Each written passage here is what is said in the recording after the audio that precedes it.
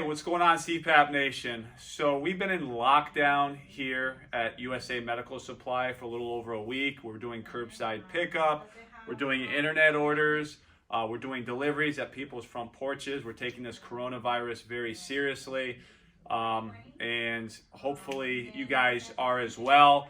So I want to do a little video with a couple things that are concerning me. Number one, cleanliness of Cpap devices. And number two, with so many people that are out of work, collecting high unemployment, or have high deductibles, high copays with the insurance, I don't think it's going to get any better. I'm going to show you guys how to save money on that. A lot of this stuff may be common sense to you guys, but a lot of our customers, it's not common sense to them. They do not know how to save money, and oftentimes they have a credit card on file with a different company that gets charged every month, and they're wasting thousands of dollars. So first of all, when you guys order your Cpap supplies, I'm going to show you a dirty little trick in this industry.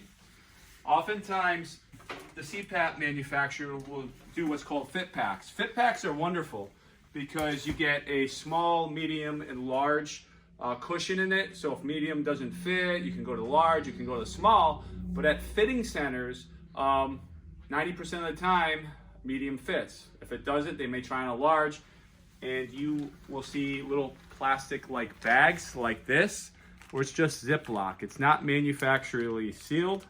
You can open it right up, and who knows if this has been on a person, who knows if this has been properly cleaned off. This is not a new mask regardless.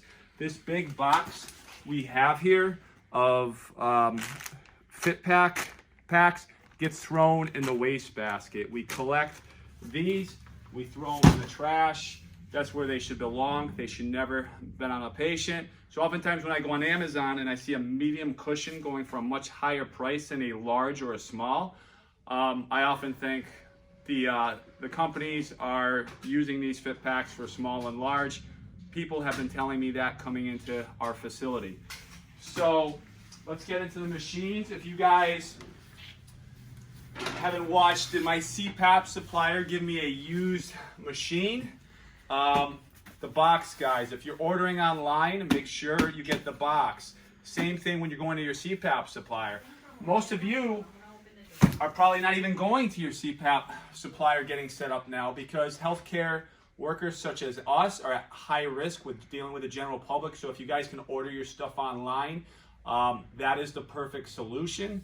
And one thing I want to say is when you guys do work with your doctor, always listen to your primary care physician. And one of the tips or suggestions I have for your primary care physician is to prescribe auto set 4 to 20. And on an auto set, it'll range differently. So if you need higher than a 4, it'll go all the way up to a 20.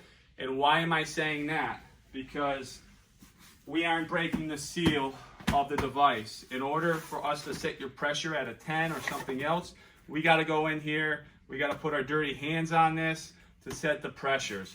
So that's just advice for you guys who are on a BiPAP or an ASV. You're really not going to get around that, but you know, just be adamant about looking out for these different things.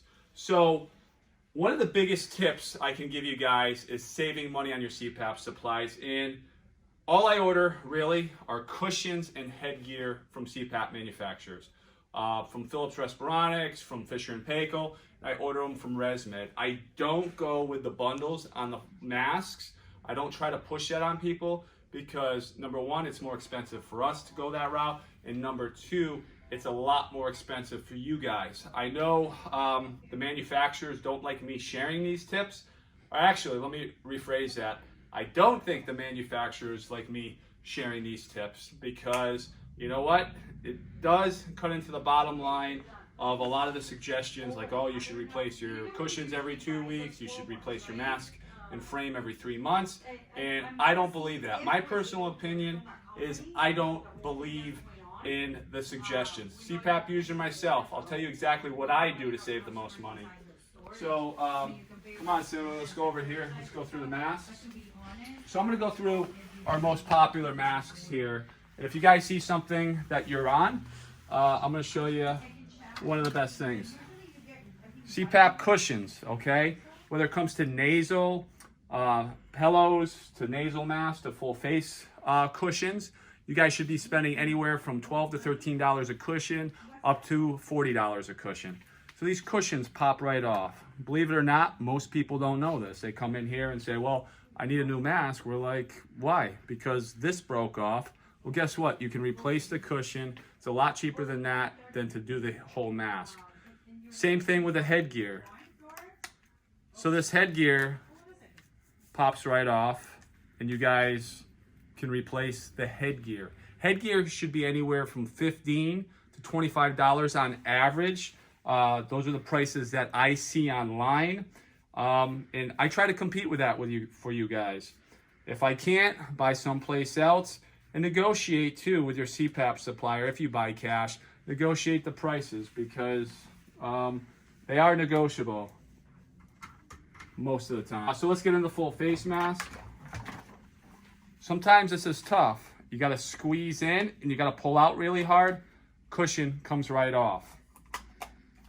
Same thing with the headgear, comes right off. I know this is common sense for you, a lot of guys, but believe it or not, we have so many people where they don't even know this. In order to clean this, these clips pop right off too. So the hybrid mask, same thing. It's going to run the same thing. We got here cushions. All Cpap manufacturers have a relative similar way that these cushions pop off, whether it's the full face, nasal, or nasal pillows. Same thing with the headgear. However, if one of these snaps on the frame, you're going to have to buy a new frame. So basically, I just want to show you guys, when you do take off the cushion and you do take off the headgear, this is really what you're getting without that. And you know what? That's what makes it so expensive to begin with. And they recommended, when I was contracted with insurance companies, they recommended changing this out every 3 months to bill it under insurance. And I'm telling you, that's not necessary, especially if you guys are trying to save money right now. So what else do we have? Mask. This pops right off. Same thing. If you guys lose the little filter, the air diffusers, you can replace these. You do not need to replace the entire mask. So I want to get into the Phillips, and the Phillips is pretty unique because we seem to have the most questions about parts on the Phillips. There are oftentimes a lot more moving parts in these masks. The Dreamwear collection, show you the top here. This is a replaceable part. Same thing, people come in, they lose these, and they think they have to buy an entire new mask. We do sell these parts. We actually go through hundreds of these a month, believe it or not. It's unbelievable how many swivels we go through. Same thing with the full face. These pop right off. What's unique with the Dreamwear is you can swap it out with the nasal pillows, nasal cushion if you want to try something else. Headgear pops right off just like any other mask with the Dreamwear collection. And the same thing with these little Velcro face pads. You can buy these separately. So with that being said, I actually want to get into the mask that we talked about earlier in the little Ziploc bags. I'm going to show you guys what a manufacturer's seal looks like. Look, got to rip it open here in order to get in there. You got to make sure that you have that manufacturer's seal. Don't take anything different. Let me show you what a full face seal looks like. All right, most manufacturers are going to be identical with this plastic bag. There's no way to get in there. A little nasty thing I have seen that you guys have to look out for is the heated tubing with Cpap manufacturers. When I was in Washington, D.C. last year, I had ordered heated tubing on Amazon.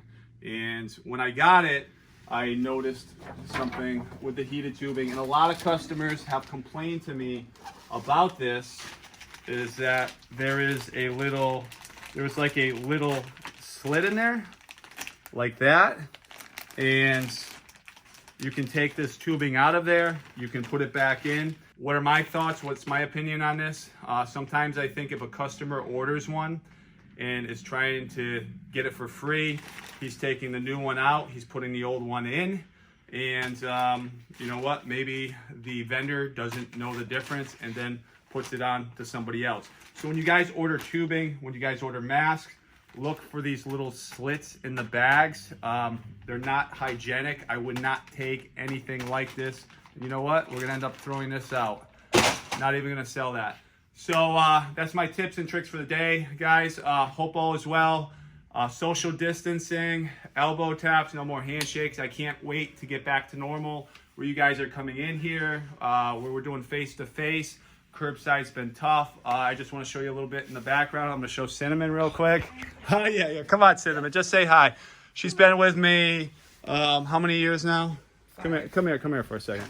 No, I think it's been 6. It's been 6. It's been 6 for September, okay? She's my right-hand girl here. She does everything. She never calls in sick. She's always there for us. So I just want to show you her because she often doesn't get enough credit around here. And there's my wife running, Monica. She's doing, what are you doing? You're doing curbside right now? Yeah, compression stuff. Okay, cool. So we got this glass barrier. We're doing curbside. We're busy as hell. That's it. Hey, if you guys haven't liked the video, like the video. If you guys haven't subscribed, hit subscribe. If you want me to do anything else, put it in the comment section. I'll do a video on anything. I'm bored. I'm locked in. We're on lockdown. So hope all is well. Peace out.